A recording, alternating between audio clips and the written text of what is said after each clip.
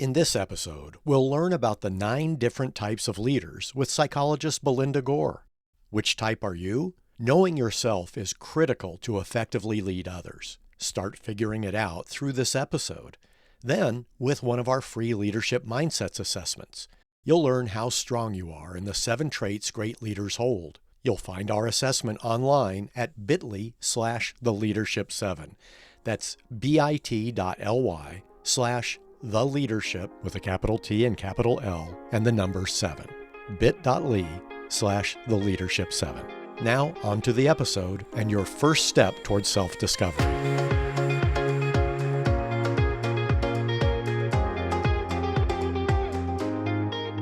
My name's Maureen Metcalf. I'm your host. With us today, I am delighted to have Belinda Gore. Belinda's a psychologist, coach, and experienced teacher. She uses the Enneagram system to help coaches and leadership consultants. So welcome, Belinda. I'm delighted that you're here. Thanks. This is great. I'm glad to be here, too. We've had lots of conversations over many, many years about this material, but this is a great way to touch base on where we are now. What's personality type? We've all heard the words, and my guess is most people think they know what it is, and we may be defining it differently. Well, bear in mind here, and bear with me, I am a psychologist by training and practice, and so I'm interested in things like ego development. I think, to put it simply, personality type is a way of looking at all the data of how people behave and how people think and what people's biases and beliefs are, and looking for patterns. And there are patterns. Now, the early way we've looked at leadership patterns is type A and type B, but that's pretty simplistic. So if we take that a little further, lots of people are familiar with Strengths Finders, which was a Gallup effort to collect data and find patterns. But in looking at personality type, some typologies are more based on a theory of why we are the way we are, not just to define types in terms of patterns of different ways different people operate. Some people argue about the validity of personality type assessments. And I know you did some work with Hilke Rickmer and her doctoral work in discussing the efficacy of the Enneagram system and how it's used specifically in leadership development. Right. More specifically, her doctoral research looked at a leadership development program for middle managers. We were not so much validating the typology of are the discrete types accurately identified and reflected in the system. There is other research to support that, but rather how effective was that system in supporting middle managers in first being able to cultivate greater self-awareness and then to be able to better understand the similarities and differences in the people they managed, and also in terms of leading upstream, of understanding the nature of senior leadership decision-making and how to translate that in implementation of strategic decisions. Cool. Thank you for sharing that. One of my personal goals is to use well-researched frameworks, and I know people get into the discussion about which ones are most valid and all of that. And what was most interesting to me about this is this typology is useful in developing leaders. Right. Let me speak just for a moment about this whole validity issue. We're a very individualistic society, and some people are resistant to the idea of typology. They say, you can't pigeonhole me. But that's as misguided as believing that we don't have similarities of patterns in our physiological makeup as well as our psychological makeup. I mean, everybody has a different body, but we all have a skeleton that's pretty much the same, and we all have organs and musculature. And fortunately, we can learn about that and provide for good health care. Similarly, if I'm looking at personality in the same way that I look at my physiological patterns, then if I know that I'm prone to diabetes because of family patterns, I behave in certain ways to prevent becoming diabetic. And if I know that I have a type 3 Enneagram structuring, then I know there are things for me to look for that will allow me to be more effective as a leader. I have used this. I know what the strengths are. I know Right. what the challenges are. Right. And that awareness has helped me interact with people more effectively. Exactly. I think it's interesting. This was almost 20 years ago, but the Stanford Graduate School of Business asked its advisory council, so, big leaders around the world, what they should focus on in their curriculum in training business leaders. And they were very surprised, frankly, that the huge majority said the most important thing was to cultivate self-awareness and reduce denial. I mean, of all the budgeting and technology and management, blah, blah, blah, that the most important thing is self-awareness, because that's what guides our decision-making. So I just finished teaching an MBA class. And when we went around at the end of the class and talked about what they had learned in this semester, what typically seemed to come out was, I thought I was going to learn about leadership, but really I learned about myself. Right. And making the connection that if I don't know who I am, having the checklist of how leaders behave is really inauthentic because I'm mimicking what somebody else does, not having the practice of presence. And at the same time, not understanding that I'm having an impact on the organization, whether I know it or not. It's a very interesting research at the Glenn School at Ohio State University about how the financial decision-making of CEOs and CFOs, how that was directly impacting the financial decision-making in the company. I think you and I attended that program together some years ago. And I was really struck by how the research was very tight. In fact, leaders affect their organizations. Organizations come to be shaped by the personalities of the leaders. And that goes all the way from CEO down to the middle managers, team leaders. That's exactly right. So if I'm risk averse, which was the example of the CEO study, those who have multiple houses tend to be more willing to spend in their business, and those who are very conservative financially run a very different type of organization financially. Exactly. Which is fascinating to me. Yes. And coming from a place of self-awareness, I can modulate how I choose. Yes, I can be aware of those patterns so that instead of being reactive based on what my gut instinct is, sometimes gut instinct is great and sometimes it's just an unconscious pattern based on my personality type and what my early life experiences were, and it feels right to me, but it's not really good decision-making for my organization. Well, which is interesting to discern, right? Right, exactly. I want to give another example of where type guides me in working, not only with myself, but with others. Yes. I have a very close friend who's a challenger type. And what I learned as we were dealing with an incredibly complex situation was she always jumps in with the answer. And I found myself deferring because I thought someone with that confidence must be right. Yeah, and that's just really her personality strategy. She's no more right or no more thoughtful than I am, but I needed to be aware of that inclination because I was reading it as the only time I am that clear is when I've done a lot of research and I know the answer. Yeah. Other people react differently, and for me to be able to evaluate and categorize almost, what does this response mean from this person versus when you would jump in the same way? One thing I always say when I'm teaching the Enneagram in terms of interpersonal relationship is the biggest trouble we all get in when we're dealing with other people is we assume other people are just like us. And so we believe that what they do and what they say is the same as what we would do or say, given a certain orientation, a certain take on a situation. And that's not true. So we either think people are just like us or we think they should be, and we try to get them to change to be that way. Yeah. It would be nice if everyone was. Just like me, yes. It would make life easier. We could change the world, yes. And we just received a question from our engineer to ask about what is this thing. So we want to go into a little more detail of what is the Enneagram and just quickly, what are the 9 types? And one of the things, Belinda, that you've talked about is the idea that we're not one type, but in fact having access to all types is a sign of maturity.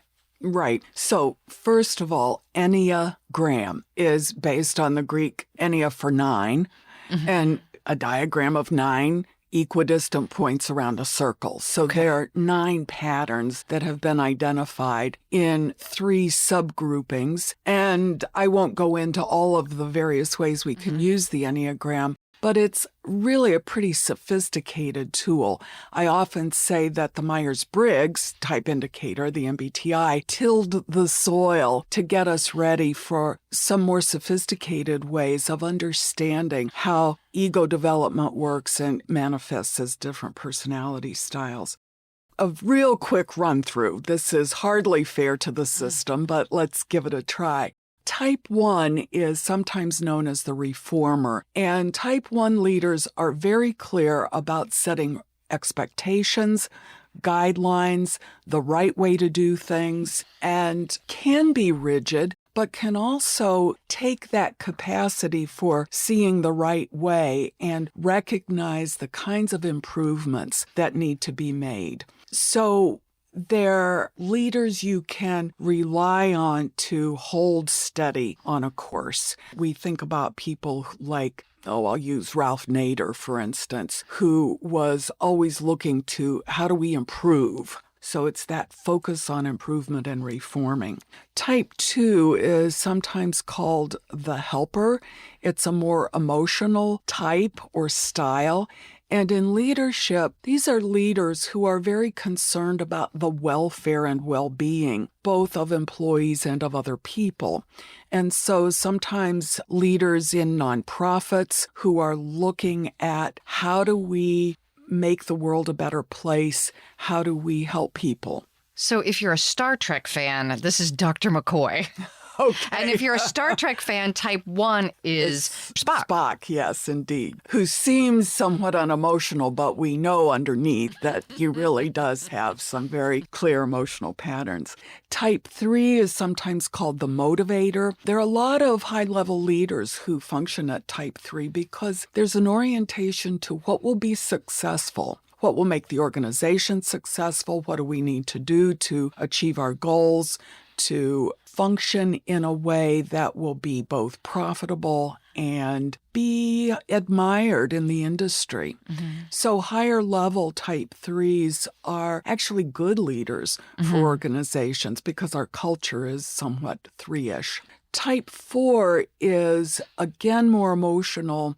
4s are great innovators because they are highly individualistic and are interested in the individualism of people on the team and how can we be creative? How can we do things in new ways? Obviously, that's better in research and development, maybe, or in arts organizations. Sometimes people find that there's too much emotionality in the leadership development work that I've done at The Ohio State University. In the results that I get, Type 4 is usually pretty low in the personality profiles of emerging leaders. I work with engineers and there aren't many. There aren't any. But we go to Type 5 and now you start getting more into engineers. 5 is more of a thinking type. There is an orientation to doing research, gathering data, seeing the patterns, predict and control. But data is what is more highly valued. And often emotional skills are underdeveloped. And so we make jokes about engineers, but in fact, we know that in organizations that are highly oriented in that way, it's like, forget about office parties for birthdays. And also, let's not worry about dress codes. You know, we have work to do here. Yeah. So that's Bill Gates. And I have a story about a colleague. I tend to surround myself with Type 5s. Yes. I'm not. And so the thing that has been fascinating to me about understanding my colleagues who are of this type is they're so often having a conversation in their heads that's probably more interesting than anything I could say. So an exciting lunch with someone who's a Type 5 is watching them do a crossword puzzle. Well, I'm thinking of a very specific person in my life. All right. So for me, it was important to learn that quiet was not a personal affront. Oh, It's just... right. Yes. A word that's used with type 5 is eccentric and sometimes geeky. If you see photographs of Bill Gates when they were first starting the organization, I mean, he looks 12 years old with big, thick glasses on, He still looks... Yeah, well, I mean, that's reflective of that. Type 6 is sometimes called the traditionalist. The pattern of this type is toward fitting in, wanting to have agreements about roles and responsibilities, to have the structure in place, and functioning within that structure, even if there's a rebellion against it. One leader said, I want to know where the yellow line is in the middle of the road. I might choose to cross it, but it at least defines the limits, the structure of the road. Type 7 is much more entrepreneurial. It is a type that, given the choice of chocolate, vanilla, or strawberry, will always say all three, yes, and more. Yes. Optimistic, energetic, innovative, not always able to stay with something to take a deeper dive. And so they might get bored and go off onto another track that would not be as useful for the organization's strategic goals. And then type 8 is the challenger that you were mentioning before.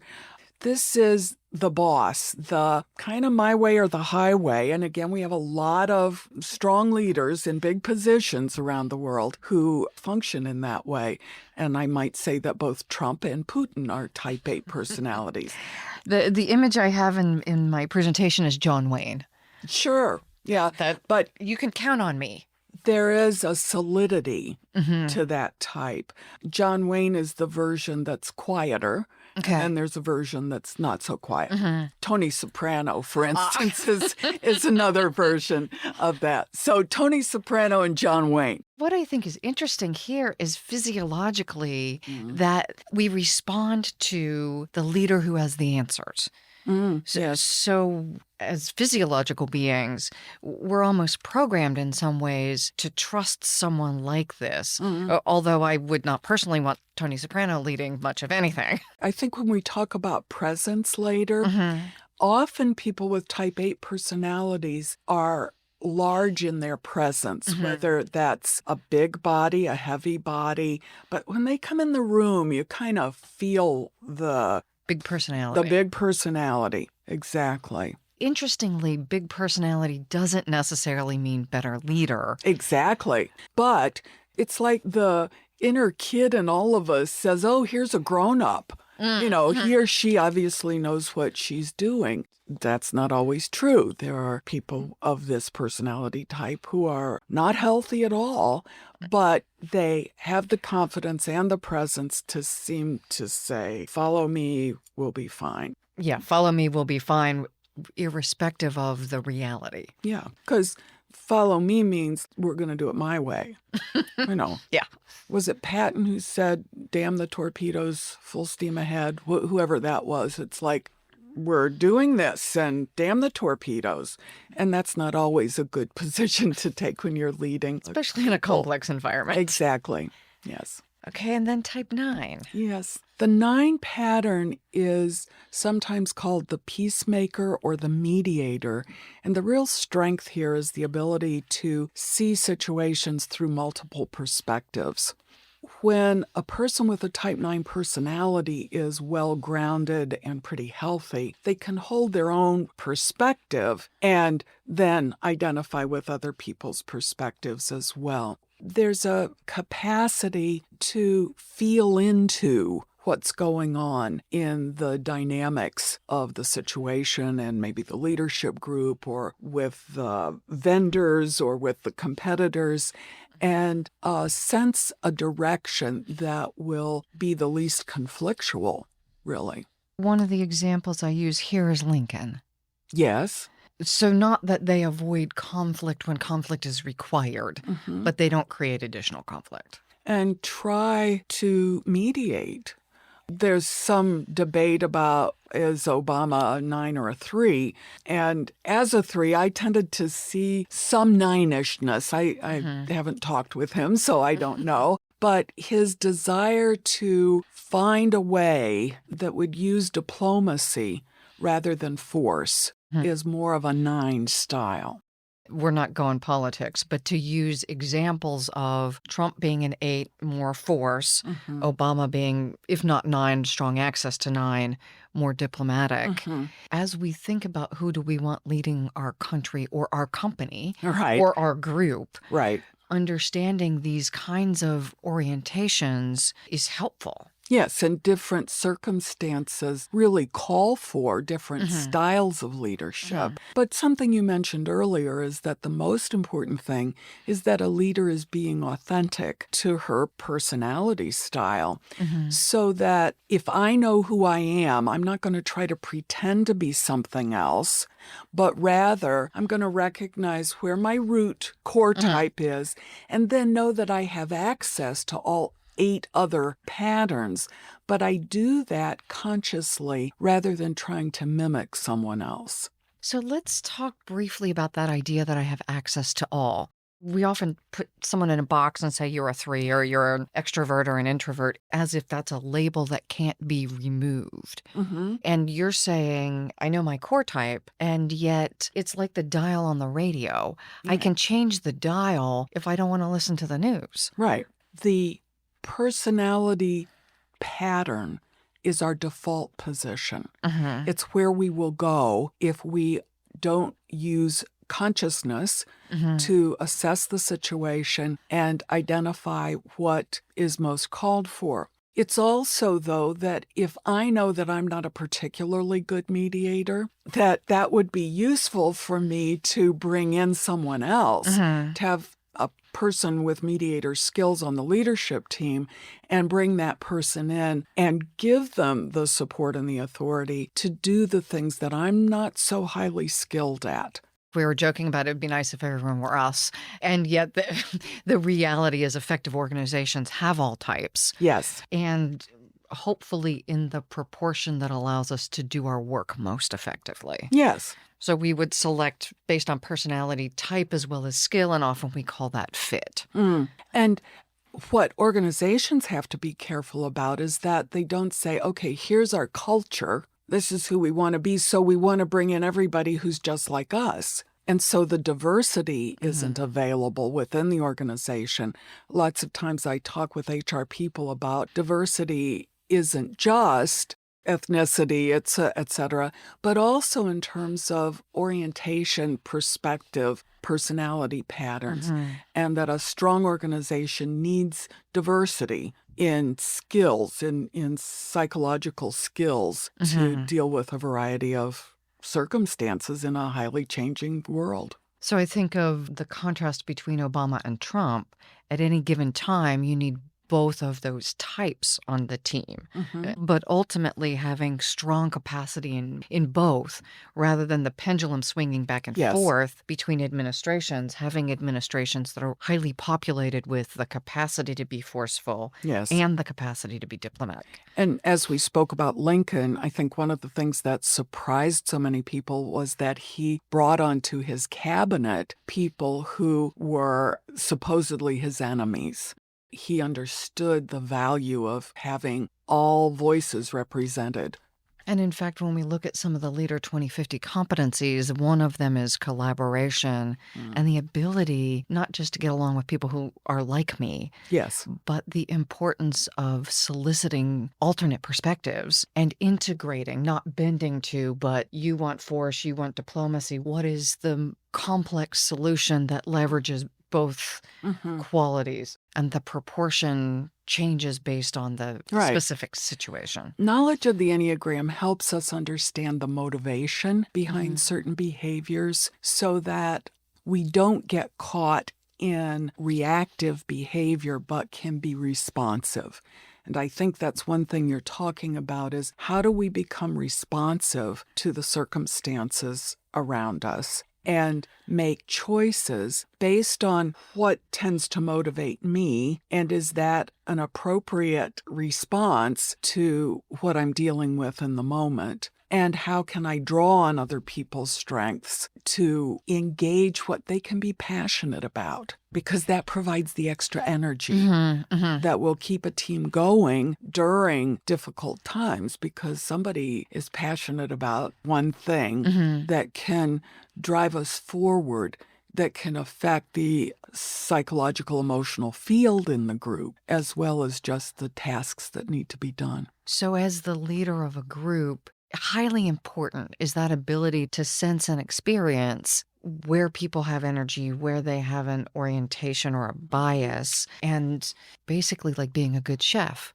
I'm pulling the ingredients to make a fabulous meal being the work product, Right. or the outcome for a client or for a nation, Right. to leverage the best of each person. And part of that is type and energy. And then that also relates to, how do I speak to somebody who has a different perspective and motivation than I do? In leadership training, one of the things that we do that maybe we can talk about a little more in detail is learning how to speak to people of different types in ways that are effective. We were talking about how an understanding of type helps me relate better and talk to people differently. Communicate effectively, really. In the leadership development program that we researched with the doctoral research that I was speaking about earlier, we did a lot of role play, and we created situations that were pretty standard in the company. Write down how you would normally handle that. And then now you know that this person has a type 7 personality style. How would you modify what you would say? Then we have somebody who does have a type 7 personality be the person in the role play, and various members of the group would come up and deal with that individual in that role play situation based on what they thought was effective. And the type 7 person would indicate thumbs up or thumbs down. Was that an effective communication for them? And people were stunned by how many thumbs downs they got. And these are pretty seasoned middle managers. They say, this has always worked for me. Well, no, it's always been your preferred way of dealing with things. That doesn't even But it work. doesn't land with people of types who are pretty different from yours. So that was a great learning. Part of the feedback we received from participants was two things: a desire for more training to really stay with the system, to really understand it, and also to build out implementation of training for all employees, so that, as you were saying earlier, there's a shared vocabulary, shared orientation about how does all of this work. And that's where I go when people try to move into the disagreements about this system is better than that system, is in some ways, while I prefer the Enneagram, I want to be agnostic and say that the point isn't to open your brain and clearly predict every part of you, but it is to have a system that most closely approximates and that we can use effectively. So let's get about doing... It works. Yeah. Right. Yeah, and if it gets better, and I'm sure the folks at the Enneagram Institute continue to build on what they've done and refine, just as we do in other areas of the world. There is an International Enneagram Association that covers the whole Enneagram community globally. There are a number of people who teach about the Enneagram in business. There are a lot of resources now available. When we were working together, initially we talked about type as I am a type.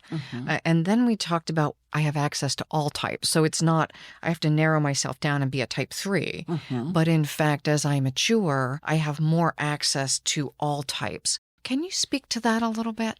The thing is that we are whole beings, but we don't develop our whole selves. They say that a 2-year-old is a genius, and by the time we get to be 20, we have done what's called neural pruning, so that our nervous systems have less and less capacity to be truly innovative. Given that, we have to recultivate our natural ability to have diverse skills. The core type is the taproot, the root that goes deepest into the unconscious, that structures the personality. And so, as I said earlier, it's the default position. It's what we tend to believe, what we tend to do. If we don't stop and recognize our reactive tendencies and consciously think about other possible perspectives or other possible ways of responding to a situation. And that idea of being conscious seems like such a simple idea, but over 90% of our behavior is unconscious. Right. My joke in groups is it's why I put my pants on every morning. It doesn't matter how tired I am. I never walk out of the house without garments. Yes, right. It's good that my unconscious brain is programmed to do that. Yes. Because if I were tired, it would be really embarrassing to get someplace without Clothes proper attire. Yes. Those are the nightmares many of us have, right? Yeah, they are. We count on our unconscious brain, and yet we haven't always cultivated, and this moves us into presence, I think, into the capacity to know when to be conscious about things that I would otherwise do unconsciously. Right. Unconscious patterns or even instinct allows us to deal with so much data, sensory input, information. We can't possibly consciously think about everything. We just, it's too much. However, conscious awareness means recognizing the patterns that shape our unconscious behavior so that we can recognize them. In our culture, the biggest challenge is to be fully in our bodies and to be aware of what's happening in the moment in our bodies that is relating to what's real in our environments. Can you give an example? Because I know when I first started working with you, I would totally resist and say I'm not in my body and that lets me do more. And the fact that I drink coffee all the time and I'm tired and I still get stuff done makes me more effective. Now we're learning from mindfulness and other areas that that is in fact false. Right. Can you say more or give an example of what it means to be in my body and how that actually helps me be a more effective leader? I'm kind of taking this from a slightly different angle. Is that we develop ideas or concepts about what's going on, about who we are, our self-image, who other people are, what we believe is happening in the organization. And if you remember, I said that the Stanford Advisory Council said reducing denial. Well, denial is a defense mechanism against being aware of what's really happening. An example of that is that we find that leaders often solve problems they know how to solve rather than solving the problems that really exist. I'm probably guilty of that. So that if there are, staff problems, that if I believe that staff training and communication skills is the answer, then I set people up to go to communication training, which means that I may not be solving the problem of the interpersonal conflict that's right in front of me because I don't know how to do that. So I do something that I know how to do. I play to my strengths or my biases. And so this idea of being in my body and how do I know when I am not on track? Yes. Well, yeah, let's speak to first just what showing up means, Okay. which is what presence is. Okay. People sometimes talk about charisma as having a big presence, like we were talking about type 8 or challengers. I walk in the room, there's a big presence. But gravitas is a word sometimes we use to speak about how people walk in a room and maybe you don't notice them immediately, but if you're interacting with them, they seem really centered and grounded and present. I'm right here, right now. I'm making eye contact with you. You feel me present with you. You feel seen and heard, and you experience me as reliably right here and authentic. And that's what we're talking about with presence, that I'm showing up as the person I am to the best degree I am capable of doing that. And I'm able to stay present in myself to authentically relate to you as another person. You're not a character in my story. That comment, that you're not a character in my story, merits exploration because for most of us, we've got the dialogue going in our head and it's, again, based on unconscious stories and experiences. And so how do I step out of that as the person who is present with you? First, we look at what are the stories that I tend to tell myself? And that requires, as you said, some intrapersonal awareness and exploration, that I have to look at what are my beliefs? What do I believe about, is everybody out to get me? Is everybody else smarter than I am? You know, there are lots of stories we tell ourselves, and we need to explore what's my belief about who I am and how I relate to the world and what the world is all about. And then I start to look for cues that I'm playing that story. One thing I do with people is to just say, if you're in the story that everybody's smarter than I am, let's take a few breaths and find out, what does that story feel like in your body? And sometimes people will feel like their shoulders are hunched, or they may have butterflies in their stomach, or they feel like they're little and they're looking up at the grown-ups. Treading water. I have to work harder. So yes. I'm paddling, I'm the duck paddling so hard underwater to look smooth on the top. Perfect. So that's a great example. Now, when you find yourself in situations, you can pause and say, how hard am I paddling? How fast are my little fins or feet going under the water? And for me, what I often hear is, okay, you've suggested something that's an extra thing on my to-do list. Does that mean I'm going to be working till 10 tonight or 11? So I have to work harder to be as good as you are or as good as whomever. My mental calculation is always, what's the to-do list and how do I get it all done? Yes, so that's what drives the paddling. Then the next thing we look at is, what do I have to do to be as good as you are?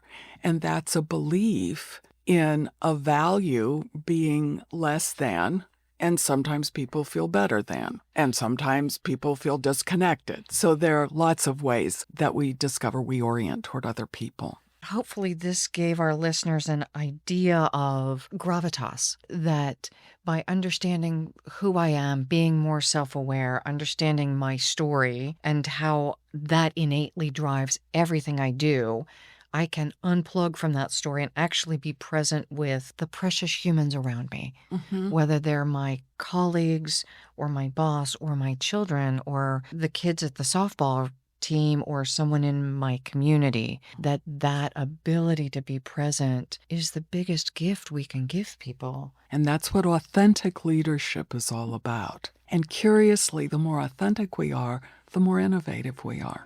As long as I can step out of the story, yes, I'm not maintaining that falsity. And I can see other options because I'm not driven by staying in this rut.